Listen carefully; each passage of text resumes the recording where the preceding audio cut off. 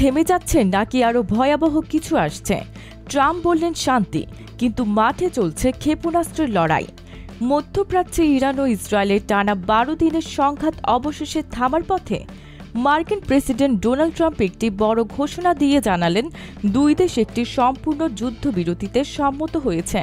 Trump তার সামাজিক মাধ্যম প্ল্যাটফর্ম ট্রুথ সোশ্যালে জানান, প্রথমে ইরান ১২ ঘন্টার জন্য সামরিক অভিযান বন্ধ করবে, এরপর ইসরায়েল পাল্টা হামলা থেকে বিরত থাকবে পরবর্তী ১২ ঘন্টা।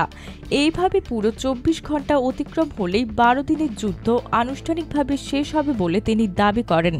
ট্রাম্প বলেন, এই যুদ্ধ এমন এক সংঘর্ষ যা বছরের পর বছর ধরে চলতে পারত এবং পুরো মধ্যপ্রাচ্যকে ধ্বংস করে দিতে পারত, কিন্তু সেটা হয়নি আর হবে না। তিনি ইরান ও ইসরায়েলের ধৈর্য ও বুদ্ধিমত্তার প্রশংসা করে বলেন, দুই দেশের সাহসী সিদ্ধান্তই যুদ্ধের রীতি টানছে। তবে বিশ্লেষকরা বলছেন, ট্রাম্পের এই শান্তির আহ্বান বাস্তবে কতটা কার্যকর হবে সেটাই এখন সবচেয়ে বড় প্রশ্ন। কারণ ট্রাম্পের ঘোষণার কিছু সময় আগেই ইসরায়েল তেহরানের ঘনবসতিপূর্ণ এলাকাগুলোতে মানুষকে এলাকা খালি করতে বলে এবং সেখানে বিমান হামলার খবর পাওয়া যায়। পাল্টা জবাবে ইরান ও ইসরায়েলের বেশ কিছু এলাকায় ক্ষেপণাস্ত্র হামলা চালিয়েছে। ট্রাম্প জানান, ইরান কাতারে মার্কিন বিমান ঘাঁটিতে একটি সীমিত হামলা চালিয়েছে, তবে তিনি একে ব্যর্থ প্রতিশোধ বলেই উল্লেখ করেছেন। তার ভাষ্য মতে ১৪টি ক্ষেপণাস্ত্র ছোড়া হলেও ১৩টি ধ্বংস করে দেওয়া হয়েছে। একটি মিসাইল লক্ষ্যভ্রষ্ট হওয়ায় সেটিকে ধ্বংস করার প্রয়োজন হয়নি, এতে কোনো মার্কিন সেনা হতাহত হয়নি।